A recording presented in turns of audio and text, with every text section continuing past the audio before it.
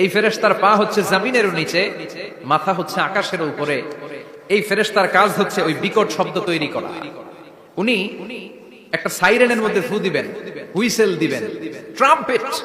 ওই ট্রাম্পিটে, ওই সাইরেনে, ওই হুইসেলে ফু দিলেই শুরু হয়ে যাবে আল কারিয়া, মাল ওমা আদরাকা মাল। এই ফেরেশতার দায়িত্বই হচ্ছে ওই বাঁশির মধ্যে ফু দেয়া, হুইসেল, সাইরেন, ট্রাম্পিট। আরবিতে এটাকে বলা হয় আসুর। ইদা নুফিখা ফিস সূরি নাফখা ওয়াহিদা, যখন তিনি ওই সিংহে একটা ফু দিবেন সব লন্ডভন্ড হয়ে যাবে, কিচ্ছু খুঁজে পাওয়া যাবে না। আল্লাহ ওনাকে তৈরি করেছেন শুধু এই হুইসেলের মধ্যে, বাঁশির মধ্যে 3টা ফু দেওয়ার জন্য। কয়টা? উনি সৃষ্টির শুরু থেকেই এই বাঁশিটাকে 2 ঠোঁটের মাঝখানে রেখে আল্লাহর আরশের দিকে তাকিয়ে আছে, and just waiting for the green signal. আল্লাহর পক্ষ থেকে সবুজ সংকেতের অপেক্ষায়। যখনই আল্লাহর অর্ডার করবেন তখনই শুরু হয়ে যাবে আল কারিয়া, মাল